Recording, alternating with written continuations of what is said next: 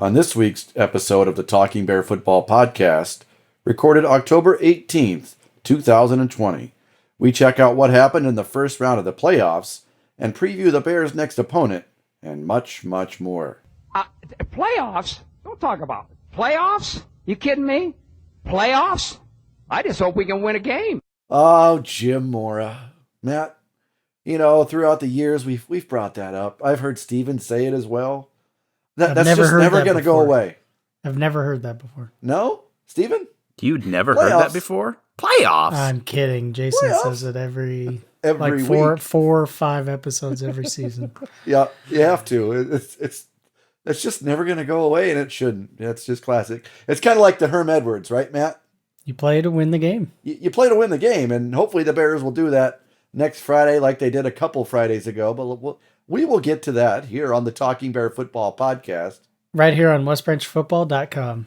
Playoff round 1 is over. The round of 53, I don't know what it was, but week 1 of the playoffs is over. A little bit of recap and a few scores of interest. I'm sure Matt's got a few of them queued up right now, but of course, Mediapolis score was of interest, and we all thought Mediapolis would win, and well, not only did they win, they sort of dominated. 54-6 was the final there, putting up 47 points in the first period alone. The scoreboard operator was busy early, and then he wasn't busy much after that because the clock was running once the second quarter began. Dominating performance by Meepo, the Bulldogs put up on Friday night. Some other scores of interest, Matt, around the district. Yeah, there were three District 5 teams all at play, and they all, or no, not three. All of us were at play, but they all seemed to be playing each other. Yeah. Yes. Yeah. So Beckman defeated Northeast Goose Lake 28-6, and Cascade. Bit of a surprising score here. I'm not surprised. I won't bear the lead. Cascade defeated Wilton 55-0. And I'm kind of surprised by that one. I didn't anticipate that big of a blowout, so to speak. Seeing what Wilton, how they hung with Dyersville Beckman a couple weeks ago, putting up 30 on them, losing 42-30. I thought, well, you know what? Maybe they might pull a surprise, but unfortunately for the Beavers, they did not, and their season ended in Cascade. Wow. 55-0. That puts them puts them right out in front on the east side of the state of Iowa in Class 1A, wouldn't you think? The target is definitely there. Then if you look at the other scores around the district, Durant played on Thursday night. They moved that game. There was a death. A teacher passed away, and they wanted everybody to be able to be there on Friday, so they played the game a little bit early on Thursday night. And well, I think Nolan DeLong may still be running. He had 325 yards rushing on like 14 carries, 6 touchdowns. That's it. That was it. Comparatively, he had about 19 yards a couple weeks before against West Branch. You talk about the tale of two cities. Wow.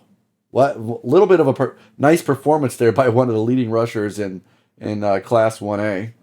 Moving on to the second round for those games. Durant gets to play Dyersville Beckman. And if you recall, the week before West Branch, these two teams played, and it was a tight one in Dyersville. 24-17 was the final. And I think, Stephen, we talked about it was 24-17, a close game, but you look at the plays, the total plays, Beckman 72 to Durant only had 44 offensive plays. So that tells you Beckman's game plan was to control the ball, control the pace of play, and they did just that.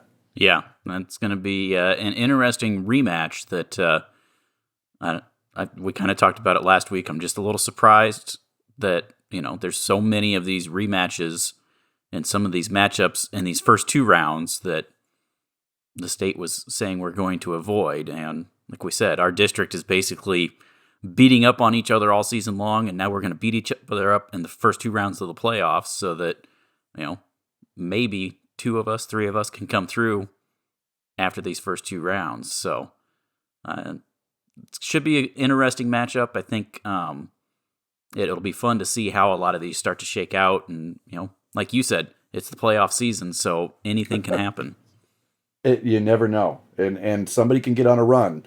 It's kind of like the Yukon theory of Kemba Walker's senior year They were an 8 seed, or were they 6 seed or 8 seed, and won the NCAA tournament.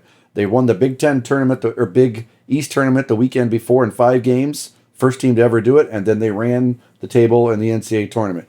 You get hot at the right time, and right now is the right time to get hot. You just might do that. And I think Durant is going to be a sneaky, sneaky team. If they can get past Dyersville Beckman, look out. Because if they can keep that run game going, guys, that's something where they can control the clock and be successful with it. Boy, I don't know. I just don't know. Could be tough. Could be tough. So well, we'll talk about the potential future in round 3, or round of 16 opponents coming up. Well, before we talk about in depth the Mediapolis Bulldogs and the West Branch Bears playing, and getting back to West Branch, oh, that sweet spot, the Little Rose Bowl. The Bears have only been there once this year. Let's hear from a sponsor, Main Street Sweets. Main Street Sweets is your hometown sandwich and ice cream shop. Located in the heart of downtown West Branch between Reed's Beans and Touched by Power, Main Street Sweets offers great burgers, tenderloins, cheese balls, and more. And don't forget the ice cream. Main Street Sweets, locally owned and operated by my wife Jessica and me, where we're always proud to support our hometown. Find us on the web at mainstreetsweetswb.com. The Bears get to play the Bulldogs of Mediapolis.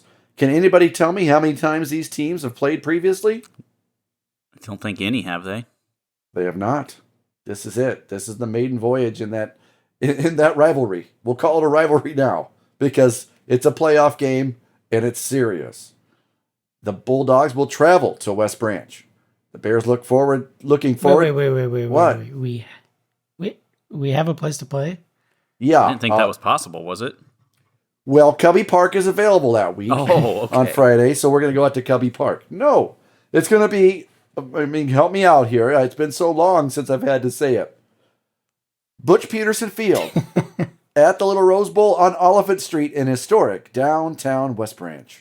How'd I do? Yeah, that's a short way to say it, but you can also throw in the on the grounds of the West Branch Community Schools. On the hallowed grounds of West Branch Community Schools. Yes. In East Central Iowa, in the upper Midwest, of Johnson the United County. States, of the Northern Hemisphere, of Earth, third rock from the sun, of the Milky Way galaxy. Yes, we're giving all these directional colloquialisms just because we need to remember where we are and where we came from. Playoffs? Playoffs. Meepo, speaking of the playoffs, in round 1, we've already talked about them. 54-6, they steamrolled their district opponent, Van Buren, who they beat earlier in the season, 41-6. So they improved upon their earlier score. Like I said, 47 points in the first period. The rout was on quickly. Preview of this team. Well, they are sort of I would say, Stephen, they are sort of a Tipton clone to me when you watch them on film. I would say similar to a Tipton, but they'll do a little bit more in the passing game. But yeah, they do a lot of that, direct snap, a lot of misdirection, counters. You're going to see the guards pulling all over the place. So it's going to be very similar to what we said in week 1 in terms of, hey, it's assignment football. You got to make sure that you're reading your keys, you're playing your gap, you're playing your lane. Don't let them get by you. But then, just like we've said with Tipton, you got to be worried because, Regan Thornburg, almost 50% completion, 117 yards per game. Their philosophy is ground and pound, but he's not afraid to step back and throw it. And so, this is going to be one of those games that I think one of the few times that we're not going to be grossly oversized on the offensive and defensive lines, but they do have a little bit of size, but these guys are also some tough son guns down there too. So it's not always the size like we've seen with this West Branch squad. It's going to be a very blue-collar, lunch pail kind of game. You bet. Matt, I know that we can look at the numbers, right? He mentioned Regan Thornburg. We're going to talk a lot, I'm sure, about a young man, a sophomore, number 6 in their program, Anthony Isley. We're going to talk a lot about him. But they have, from the rushing standpoint, they come at you from different directions. They've got 5 different guys who carried the ball at least 20 times. How many people on West Branch do you think have carried the ball 20 times or more? 1 or 2? Two. They've got 4 guys. They've got 4 guys with over 260 yards rushing or more. West Branch has 2. They're going to come at you in different ways. They're going to try to, they got a speed back. They've got power backs, shifting gears. Yeah, the rushing game is where they've won all of these games. And, just overall, like Steven said, the Bulldogs, they aren't terribly big, kind of much like West Branch. But they have speed and they have athleticism, and they use that ability to win games. And it's in the ground game that they're doing that with. They're averaging only 13 attempts per game, throwing the ball. So they're not throwing it much, but when Thornburg does throw it, it seems like we've said this a lot this year.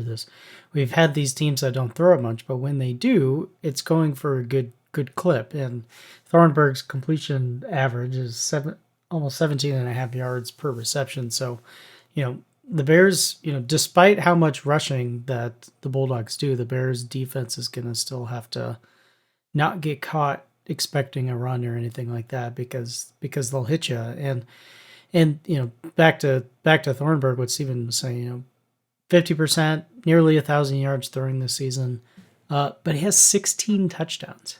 16 touchdowns, averaging 13 attempts per game. That's a pretty good average, and just 6 interceptions as well. So. And he's throwing a lot to Logan. I think, is it Ty? Is that how you say it? I believe so, yes. I believe that's correct, Yeah. yes. So 6-foot senior, 180 pounds, and he's got 500 yards receiving on the season, good for 21 yards a catch, and he has 9 touchdowns. And so that's 63 yards a game, but from a team that's throwing it 13 times a game, 63 yards a game is pretty good. Yeah. But yeah, on the ground, Jason, you mentioned Isley, sophomore, almost 700 yards this season, 85 a game. And for a team that spreads it out on the ground, and spreads it out, meaning not just with their plays, but who they're giving it to, 85 a game and 9 touchdowns on the season is pretty good. And so, yeah, and you're also looking at Caden Salick? I think it's Salick, actually. Salick, yeah. Yeah. Salick? That's kind of what I thought they Salick? were saying on Friday, Salick. Okay, yeah, number 7, he's a junior, and he's right up there as well, 450 yards, 3 touchdowns. And then Josh Derbyshire? Yes. Man, I'm struggling with the names tonight. 260 yards too. So, and then Thornburg runs it as well. So they're, I watched their game against Wapello, and yeah, like Jason and Steven, you were saying, kind of reminds you of Tipton. They don't have a lot of that misdirection, spinning, circus kind of stuff.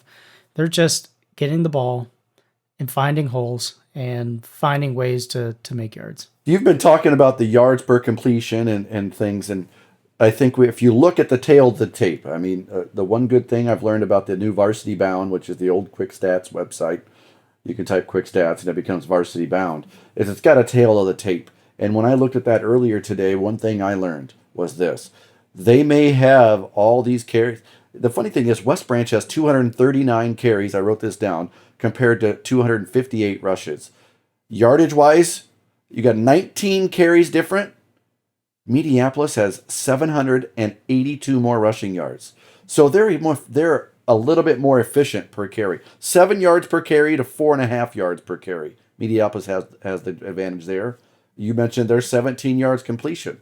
West Branch has 11 yards per completion. Now West Branch is more efficient as far as completion percentage. But from an offensive yardage percentage, Mediapolis has put up more yardage. Now, you can chalk that up to a few things. Maybe maybe their schedule was a little bit more difficult. I'm not trying to put that out on a bulletin board. That's not what I'm trying to do here.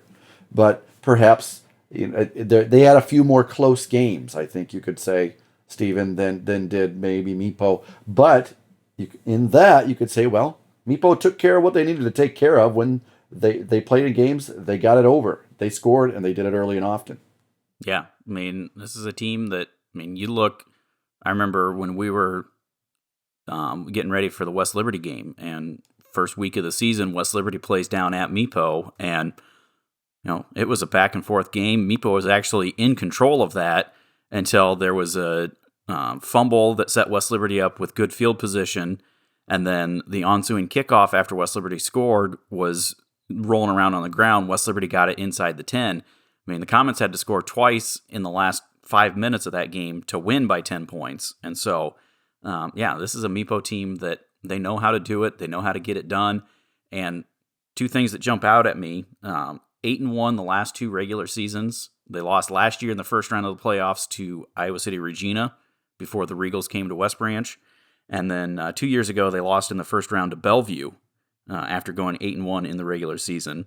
And not long ago, 2012, they were actually in the state championship game. So they know how to do it down there and take care of business. One other interesting thing when you look, guess how many seniors are on this squad for Mediapolis? Oh, 7? 6. Okay. So not only are they getting it done, they're getting it done with a lot of young guys. I mean, there's a couple of freshmen and sophomore that are getting significant playing time. So they know how to do it down there. One of those freshmen happens to be their kicker, Drew Miller. Mm-hmm. Got to look at it real quick to make sure I get the number right. 16 touchbacks on kickoffs this year. Kid has a monster leg, and he's a freshman. Mm-hmm. Yeah. By the way, that 2012 team, Stephen Mediapolis, quarterback's name was Jesse Ertz. I remember him. He became a quarterback, two-way threat, two-way quarterback, or run and pass quarterback at Kansas State. Yep. He hurt his knee in the semifinal game, blew his knee out. So they had to start a backup quarterback, and they were right in that game all the way through. Ertz also was a state champion individual in, I believe, 2 different events at state track meet. Speedster guy. So Meepo had speed for years, and now they're showing up with a lot of youngsters, huh? Yeah. You mentioned Josh Darbyshire earlier, Matt, and as I was listening to the game the other night, it sounded as though he may have tweaked, hit either a knee or an ankle, and he came out, and at that point the team was doing quite well, so he didn't really need to be on the field much more. So I'm sure he'll be healed and ready to go. We wish the best for that guy, and because I know Meepo's going to put a quality program and a quality product on the field. Now you mentioned 2 other guys. You mentioned Isley and you mentioned Thornburg, guys. On offense, let's flip to the other side of the field. What jumps out to you about them on the other side of the field, Matt? Well, Isley is the team's leading tackler. Yes. And as a sophomore. Leading rusher and leading tackler. The one that jumps out to me defensively, 24 sacks, 85 and a half tackles for a loss. Yeah. Yeah, they're extremely opportunistic. And They have are 7 interceptions as well. Yeah, they're very aggressive. They blitz. They do a lot of good stuff. Their running back and their quarterback, by the way, are their leaders in tackles for loss. How's that? That's that small school 2-way athletes. Yep. Yeah, the interesting thing is, I've obviously haven't watched every minute of every single one of their games, but just, looking at stats, they have 13 fumble recoveries. Now, I'm not sure how many of those are defensive fumble recoveries, but nonetheless, if they're forcing a lot of fumbles on defense, as is prone to happen if you're getting in the backfield a lot and kind of disrupting that stuff, or getting back there and forcing bad throws from quarterbacks, that kind of thing, and all the sacks, of course. And that's going to be a key here is West Branch's line being able to block and sustain and give Gavin time to throw. And then on the West Branch defensive side, just do that same thing that Meepo has been doing. Just do that. Heck, do that same thing that West Branch has been doing for the last 7 weeks. That works too. Yeah. And of those 13 fumble recoveries, they've got 11 guys with at least one. One guy has 3. 10 guys have 1. So that basically means you look at it, that's 11 guys. So every guy on the defense have 1. You get a fumble And you have 1. You get a fumble. Get 1. Recovery. That is being around the ball. That's being in the right place, opportunistic. But I don't know there's much more to add about this team. I think I like, Stephen, the way you brought together some of their history, the success that they've had through the years. I enjoyed listening to their play-by-play the other night. The gentleman did very good. They're very proud of their program, as well they should be. Just like we're very proud of the West Branch football program. Two very storied programs, two very good 1A football teams, and they're going to play on Friday night in the round of 32, Class 1A, Iowa High School playoffs. I can't wait. It's going to be a good battle. Playoffs. I'm excited. Playoffs? Yeah, I'm just excited to get back to the Little Rose Bowl and, excited for a fun and exciting game as well. And after all this buildup of this game, it would be remiss if we didn't hear from our sponsor, Hodge Construction. Hodge Construction is a leader in developing commercial and academic spaces, multifamily condos, townhomes, and more. Hodge Construction began in Iowa City in 1981, focusing on residential construction. Through positive relationships and quality projects, Hodge has continued to grow and expand its project diversity over the past nearly 40 years. At Hodge, clients aren't customers, they're partners. Picks to click. Oh, it's nice to be able to pick these things. It's the playoffs. Playoffs. I tell you what, bye week just destroyed us last week. None of our guys got any stats. What the heck? I picked the Little Rose Bowl grounds crew. It was and looking I good. think they did pretty well. Yeah, it was looking good when we were there Thursday. Yes. So, looks like Steven's back on the top, and we're in the playoffs. We're in the postseason. Everybody's available. Everybody's fair game again, huh? Yes. Oh, man. So many Dadgum. different directions to go with this. I think I'm going to go with Fetty. I think it's going to be one of those games that defensively he's going to have to be all over the place and making some big stops, and could possibly be a big night for special teams. Obviously, they've got a great kicking game, so hopefully we can match that with Fed and maybe get him that school record with another field goal, and maybe, that's a field goal that pushes the lead to like 6 touchdowns, so we're comfortable at the time, but Yeah. I don't anticipate that being the case because this is going to be a good matchup. Yeah. I would like to say that's about as good as pick as any, because you can use it, because with what he does on, key blocks on the offensive line, along with his other 4 skill position playmates, teammates up front there. And then his linebacker play has been stellar this year. He's been he's been the heart and soul, I think, of that West Branch defensive, that back 3 or 4, 7, 8. He's the heart and soul. And then, of course, special teams has been, the value you place on a kicker is, how many teams have a guy who, has 4 field goals this year? Not many in 1A. Well, here's the thing. I always, I geek out a little bit by stats, in case you guys didn't know. So I take the stuff that Quick Stats puts out, or Varsity Bound, whatever it is now, and I kind of expand on it.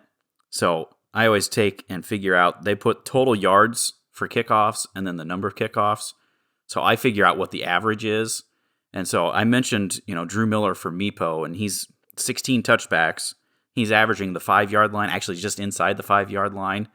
I don't have my West Branch stuff up, but I'm almost positive that Fed, even with a couple of onside kicks, is sitting at probably about the 8-yard line. So even though he's not getting the touchbacks, because I think he's got 1 this year, he's still getting that depth, but he's also getting the hang time on it, allowing our coverage team to get down there. So it's just some of those little things, those intangibles that don't necessarily show up in the highlights or in the box score, but make a huge difference in how a game goes.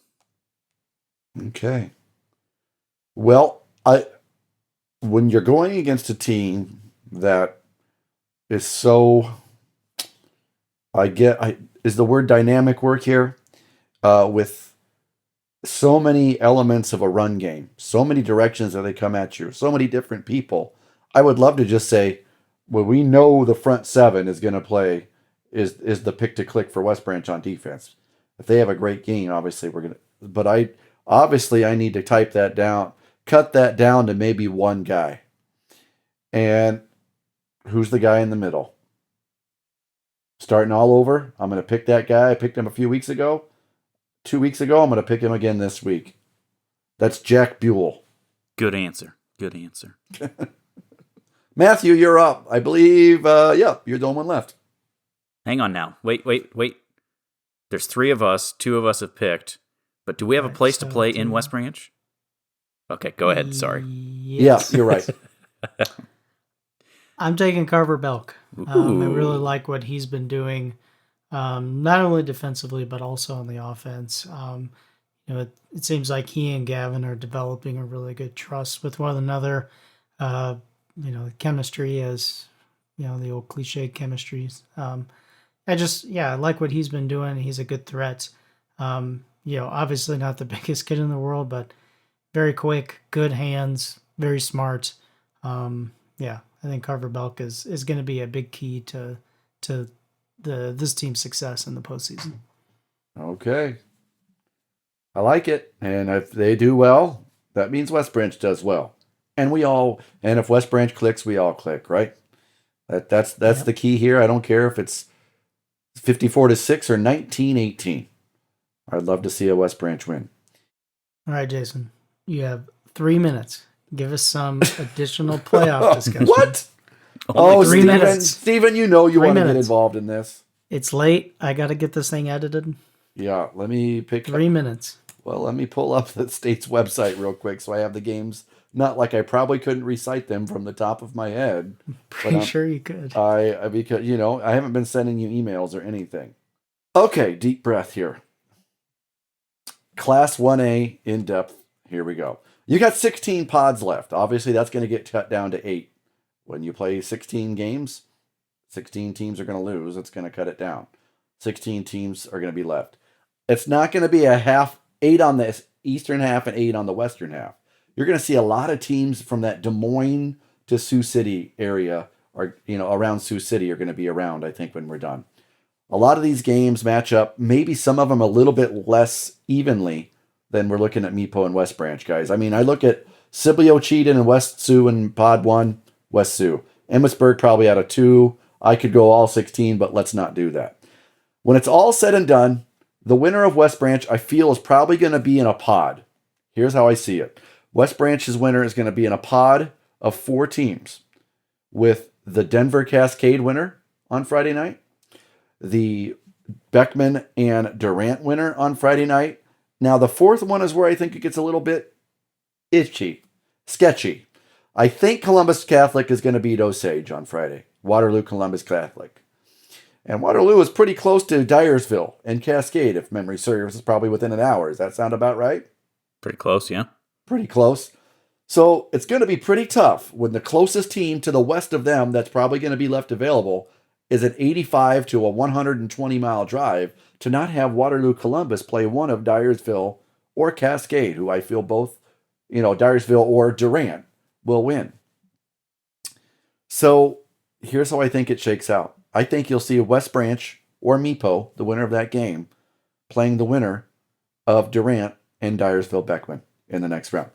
I'm not the state, not going to claim to be it, but I have a feeling that geography is going to play a big role. And you look at geography and who's going to be left. Stephen or Matt chime in here. I think that it could become clear as mud, obviously, by 10:30 on Friday night. But just looking at what's out there, you've got Cascade, who I feel is going to win, either Dyersville Beckman or Durant, and then Waterloo Columbus Catholic's going to win. And the only other team on the east side of the state for West Branch or Meepo is Sigourney Keota. And they're closer more, I think, to a Van Meter or a Pella Christian or a Mount Ayr or a Panorama. But I think we're onto something here with West Branch going to stay around with their district mates in the next round if they were to win. How do you feel? Makes sense to me.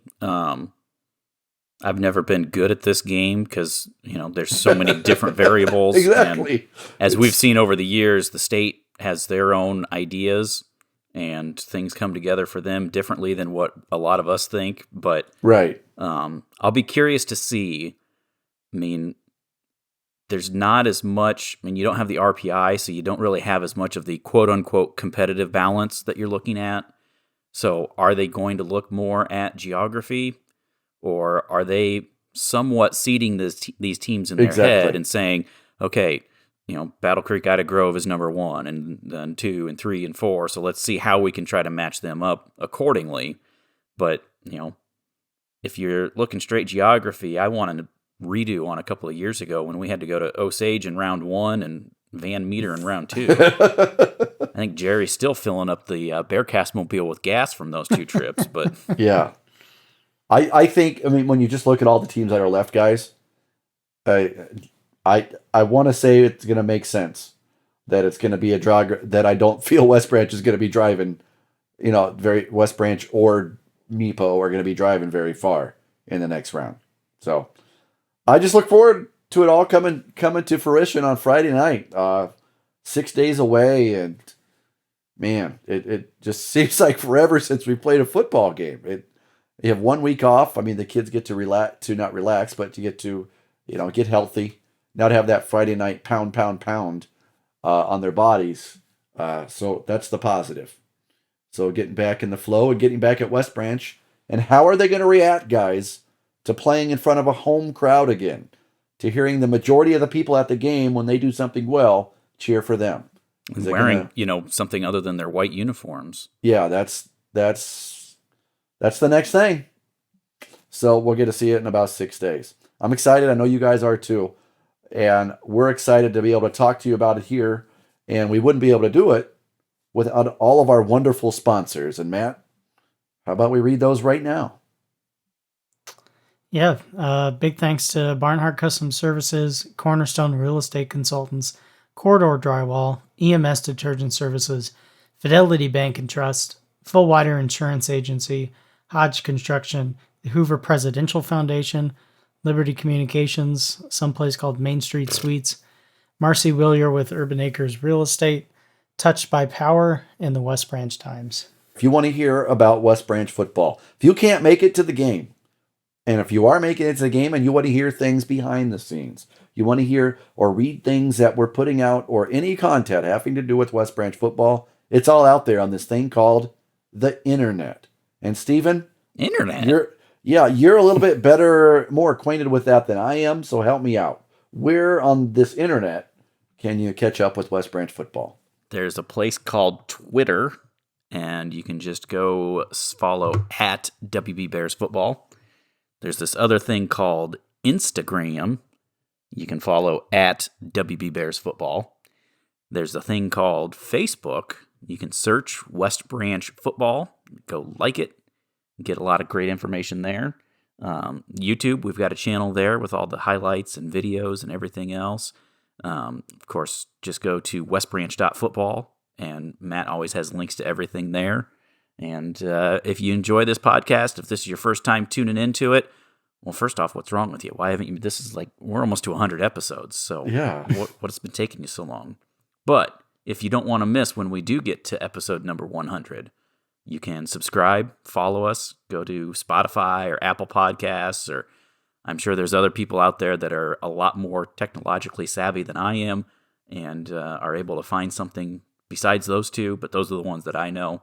But just Google search Podcasts. Google Podcasts. Yeah, all kinds of stuff out there. So see, there's more to it than what I know. It's all on the line. It's all on the line. Just search up Talking Bear Football, and you can find the Talking Bear Football podcast. Follow it, subscribe to it, get updates as soon as it's ready. Matt, he claims it takes him a lot of work. I don't know. I'm sure it takes 5 minutes to just throw all this together and make it work. Child's play. I have to make us sound decent. Yeah. So in other words, you just cut me and Jason out all the time. Yeah. Well done. Matt, at this point, in previous years, I'd be saying it's playoff time. You know what we need to do. We need to turn it up. Turn up the volume. It's Avicii, baby. But, when we're on YouTube now, we could get a YouTube strike if we play music. Mm-hmm. If we were to play that song.